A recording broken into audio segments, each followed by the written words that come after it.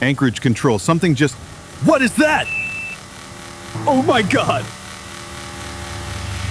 Mayday! Mayday! Ah!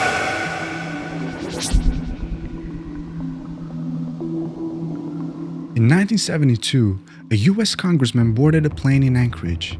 It was a short hop, Anchorage to Juneau. No storm, no distress call. And then, nothing. They searched 325,000 square miles and found zero. Here's where things start to get weird. See, there's this stretch of land up north, so far up, most maps barely bother with it. Anchorage, Juneau, Utqiagvik. Connect those three cities and you've drawn a triangle. Inside that triangle, something's not right. For decades, pilots, hikers, hunters, even full search and rescue crews have entered this region and never come back out. Since the 70s, over 20,000 people have gone missing here. That's not a typo, that's an entire town, more than the population of Sedona, Arizona, just erased. And here's the thing, there's no single cause, no one storm, no one route, no one explanation. The Alaska Triangle spans over 200,000 square miles. Missing persons rate nearly double the national average. Sure, some disappearances can be chalked up to the obvious. This land is punishing. The weather turns fast. The wildlife doesn't ask questions and the terrain doesn't forgive mistakes. But not all of it adds up, because some of these disappearances, they happen on clear days, on well-worn paths, with no signs of a struggle, no distress calls, and no wreckage, just empty air and silence. See, Alaska always had secrets, but this triangle, it swallows people, and we still don't know how. April 11th, 2019, Nome, Alaska. Levi Denton, a bush pilot known for his caution, checks his gauges. He's got over 1,200 flight hours under his belt. This isn't some weekend flyer, he knows these skies like most of us know our daily commute. The weather was clear, the path familiar, and the mission was routine. But right before takeoff, he leaves a message for his wife. If I don't check in by 9, don't wait. 9 o'clock comes. No check-in, no response. He'd taken a direct line southeast from Nome, heading toward a mining outpost, one he'd flown to dozens of times. But this time, his flight path skirts just west of Mount Hayes. Then nothing. No mayday and no mechanical warning. Just radio silence. Last confirmed signal at 9:42 a.m. GPS 38 miles northwest of Brevig Mission. All systems normal. It takes 3 weeks to find the plane. It's not crashed, it's not buried in the snow or wrapped around the trees. It's just sitting, tucked neatly in a shallow ravine. The engine is cold, the fuselage is intact, and the doors are closed. Inside, a half-drunk thermos of coffee, still faintly warm. But outside, there are no drag marks, no wreckage trail, no signs of a crash or even a rough landing. There is no blood. There are no footprints. There's no sign of Levi. A search and rescue pilot, one of the first on the scene, says, It was like someone just took him, like he stepped out midair. There were no storms that day, no avalanche reports, no military exercises, and the onboard transponder had been working fine until it didn't. Because in most disappearances, something breaks, something makes noise. Here, everything was intact, except Levi Denton. And the deeper you look into that flight path, the stranger it gets. To understand how strange things can get in the Alaskan Triangle, you have to go back, way back.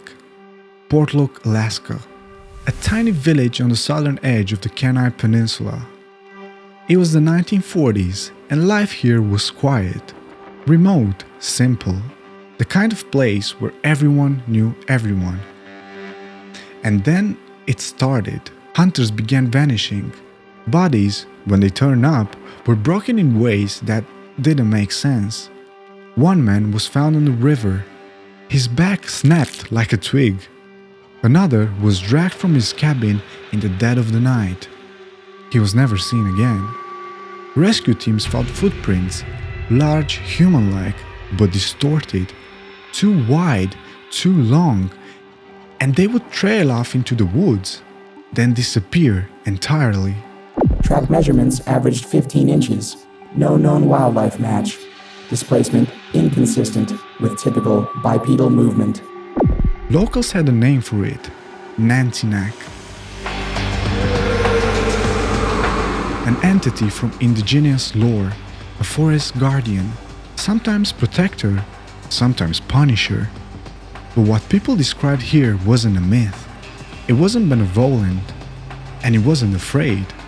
Witnesses say they heard something in the tree line, something breathing, watching, waiting.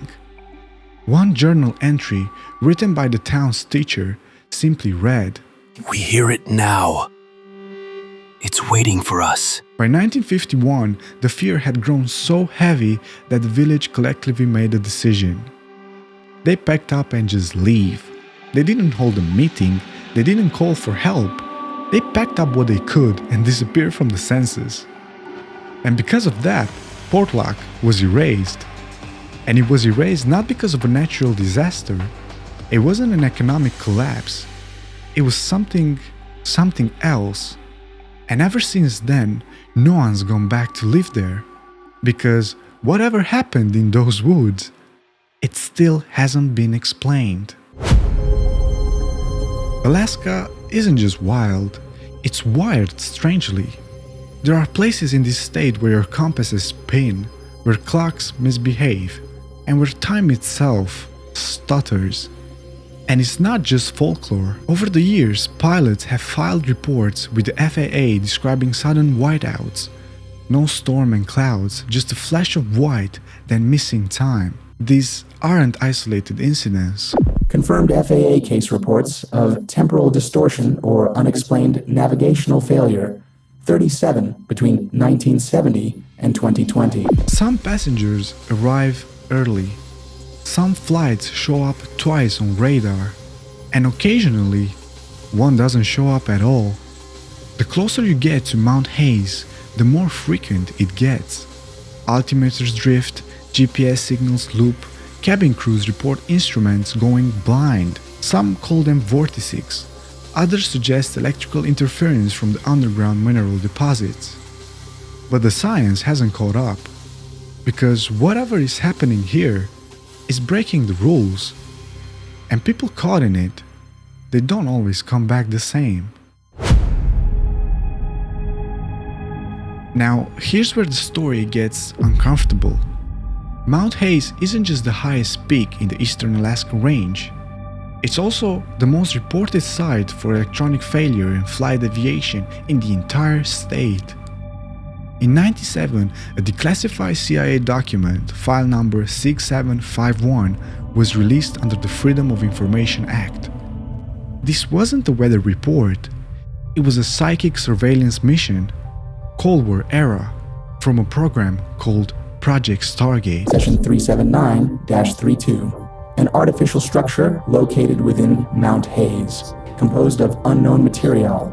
Presence described as non-human and technological. A remote viewer described tunnels inside the glacier, silent machineries, entities that weren't quite visible but weren't imagined either. This was one of the multiple sessions focused on Hayes, and these viewers weren't just guessing, because many of their observations were cross-referenced against classified aerial imagery and thermal scans. In 1985, NASA picked up anomalous heat signatures beneath the ice, no volcanic activity, no geothermal vents. And then there's the FAA logbook, showing more unexplained altitude losses and sudden course shifts in the airspace than anywhere else in the north. Whatever is inside that mountain, it's not done. And it's not alone. Yes, Alaska is harsh. You can disappear here for normal reasons. But here's the thing, wrecks usually leave wreckage. Most disappearances don't just vanish clean. They don't defy radar and they don't disrupt instruments from miles out. The FAA's 2001 Weather Hazard Report marked the Mount Hayes region as having Alaska's highest rate of navigational interference. This isn't speculation, that's just public record.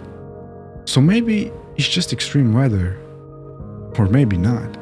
Levi's wife still checks that road every month. She knows she won't find anything, but she still drives it. We don't need answers anymore. We just want something. A jacket, a shoe, anything to say he was real. They don't need a story, they need closure. And for 20,000 other families, they are still waiting too. Remember that missing congressman? Hal Box wasn't just anyone. He was on the Warren Commission. He questioned the official JFK story, publicly, loudly. Months later, he boards a plane in Alaska and just disappears. No wreckage was found, as well as no body. Many documents on the crash remain sealed. Full IA requests have been partially denied. National security exemption cited. Coincidence? Maybe. But the deeper you look at Boggs, the stranger it gets. And the more you read about Project Stargate, the more you realize we've only scratched the surface.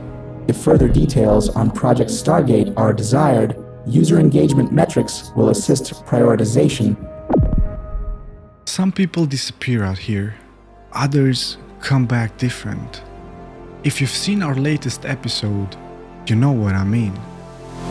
We looked at the fungus that hijacks its host, controls it, spreads it. The idea of something changing a person from the inside, that might be closer to this story than we think. If you're still here, you already know. You're one of us. Truth, fiction, you decide.